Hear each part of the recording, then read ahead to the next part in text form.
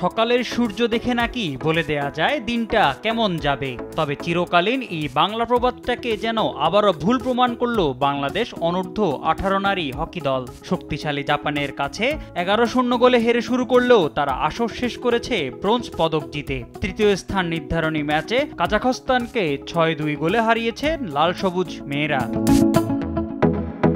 চীনের দাজহুতে শুরুটা অবশ্য ভালো হয়নি বাংলাদেশের। 9 মিনিটে গোল খেয়ে পিছিয়ে পড়ে তারা। সমতায় ফিরতে অবশ্য খুব বেশি সময় লাগেনি। মিনিট 3 বাদেই দলকে সমতায় ফেরান আইরিন আক্তার।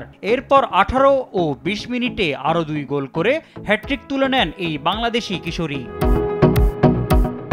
35 মিনিটে চতুর্থ গোল পেয়ে যায় বাংলাদেশ। এবার গোল করেন সারিকা রিমন। এরপর কাজাখস্তানের জালে আরও দুবার বল জড়ান কণা আক্তার এবং রিয়াসা ঋষি। 59 মিনিটে 1 গোল পরিশোধ করলেও বাংলাদেশের বড় জয় আটকাতে পারেনি কাজাখ মেয়েরা।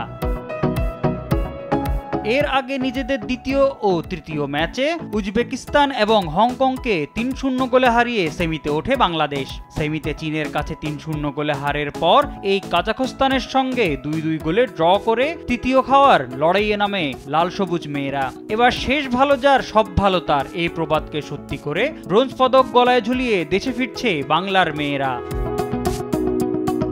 মোহাম্মদ সাকিব, স্পোর্টস ডেস্ক, দেশ টিভি।